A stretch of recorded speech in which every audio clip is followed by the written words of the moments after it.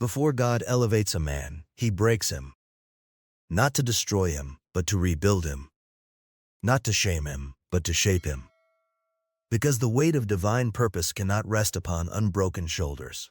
We live in a world that glorifies confidence and control, but in God's kingdom, power flows through surrender. Before God can trust a man with influence, he must strip him of illusion, the illusion of control, pride, and self-reliance. Breaking is not cruelty, it is craftsmanship. It's how heaven molds an ordinary man into a vessel that heaven can trust. The mystery of breaking. There is a sacred beauty in brokenness. It's the place where everything you thought defined you begins to fall apart. All that remains is truth. When God breaks you, he removes every false foundation. He allows what you depended on to crumble, so that you'll finally depend on him.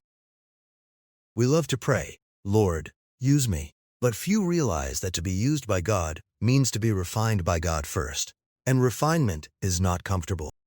It's fire, pressure, and surrender. It's the stripping away of ego until only faith remains. God cannot fill what is already full, so he empties you first, of pride, of plans, of self-dependence, so his spirit can dwell in fullness. Joseph, the pit before the palace. Think of Joseph. Loved by his father, hated by his brothers, chosen by God. His dreams were divine, but his preparation was painful.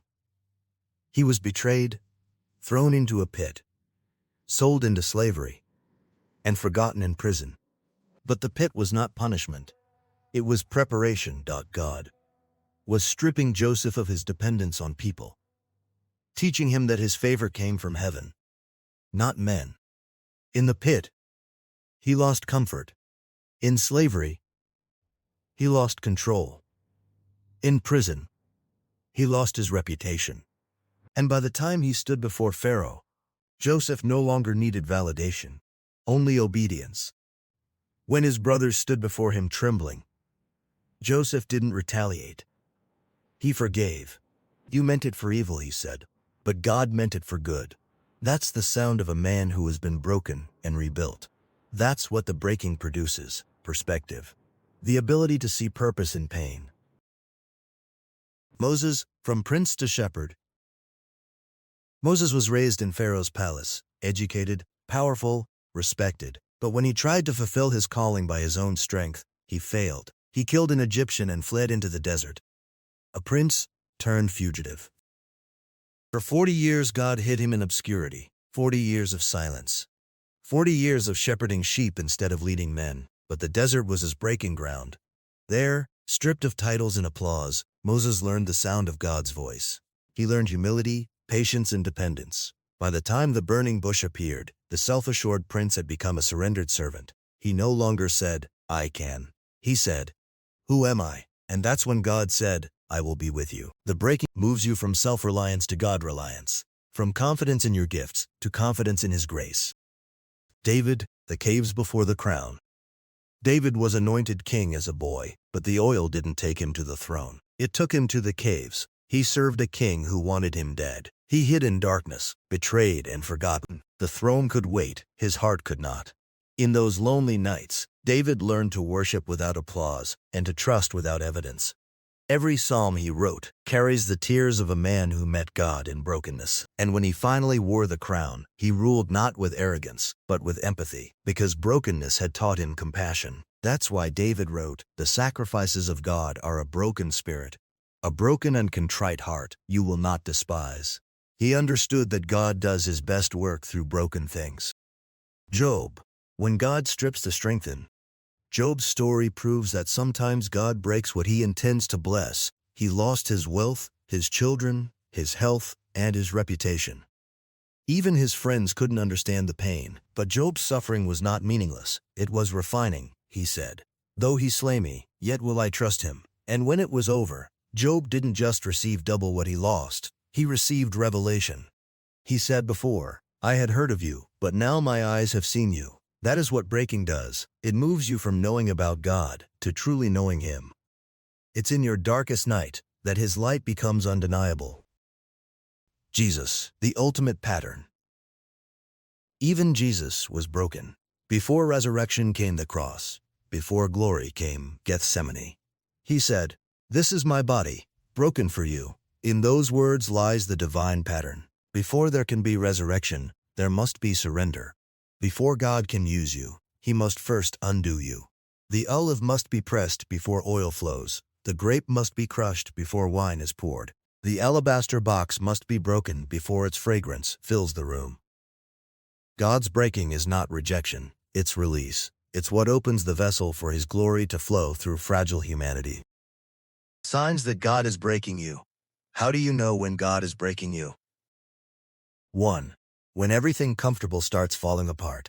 God disturbs your peace when you've settled beneath your calling. What once felt stable begins to shake because He's moving you into purpose. 2. When He isolates you. People stop understanding you, and you feel unseen. But isolation is incubation. God hides those He's preparing. 3. When your strength stops working, what used to come easily now demands surrender. Your willpower fails so that His Spirit can lead. 4. When He makes you wait. Waiting isn't wasted. It's where God works on your roots. He's maturing your faith for what He's building next. 5. When you lose control, why your plans no longer hold. But that's where you learn that surrender is safer than striving. 6. When conviction grows stronger, you start to feel unsettled by what once felt normal. God is purifying your desires so you can carry more of His presence. 7. When silence replaces clarity, haven goes quiet, not because God is absent, but because He's testing your trust. The teacher is silent during the exam.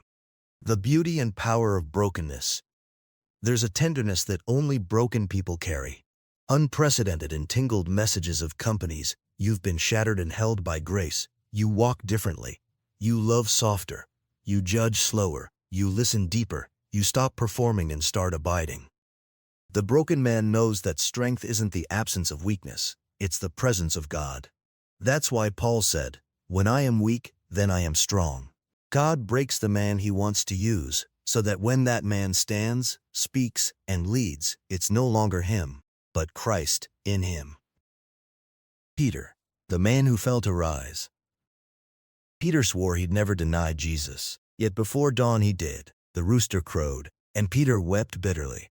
His pride had failed him. His confidence had collapsed. But Jesus didn't shame Peter. He restored him. "Do you love me?" He asked 3 times, replacing every denial with grace. The man who once ran from the fire became the man who carried it. At Pentecost, Peter preached and 3,000 souls were saved. What changed? Brokenness. It turned pride into power, fear into faith, and shame into strength. That's what happens when God rebuilds a man from the inside out. But the breaking teaches trust, the kind that says, even when I don't understand, I still believe. It teaches humility, because you realize every victory was grace. It teaches wisdom, because pain has a way of refining your discernment, and it teaches dependence, because the only way forward is with Him. Breaking matures your faith. It turns your prayers from "Lord, change my situation" to "Lord, change me," and that is where transformation begins. The breaking produces oil. Every person God uses carries oil, but oil comes from pressing. To more severe the crushing, the purer the oil, the deeper the pain, the richer the anointing. Your breaking is producing oil, holy oil, oil that will heal others when they touch your story, oil that carries fragrance, not bitterness, oil that reveals the hand of a faithful God. When you feel forgotten, if it feels like heaven is silent, you're not forgotten, you're being formed. God is not punishing you. He's preparing you. He's removing what can't go with you into the next season.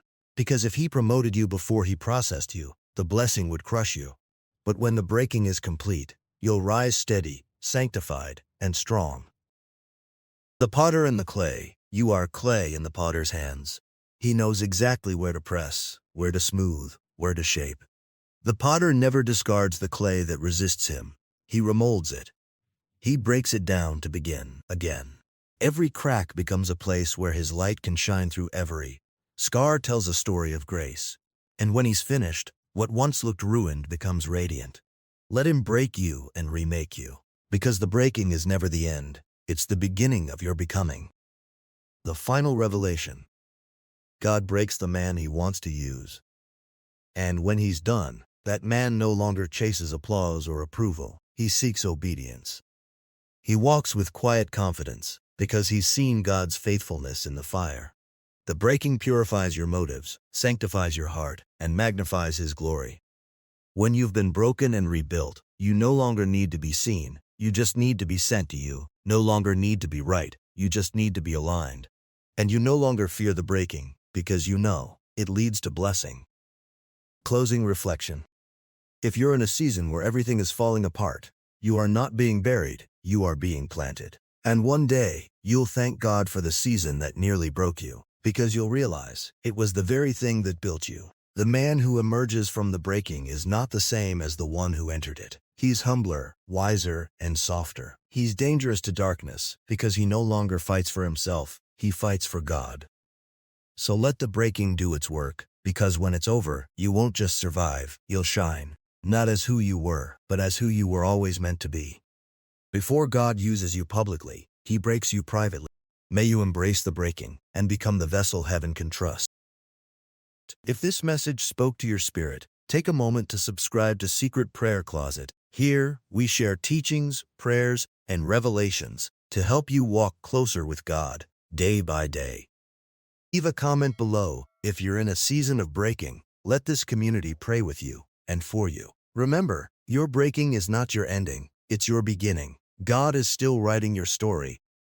Stay faithful, stay hopeful, and I'll see you in the next video.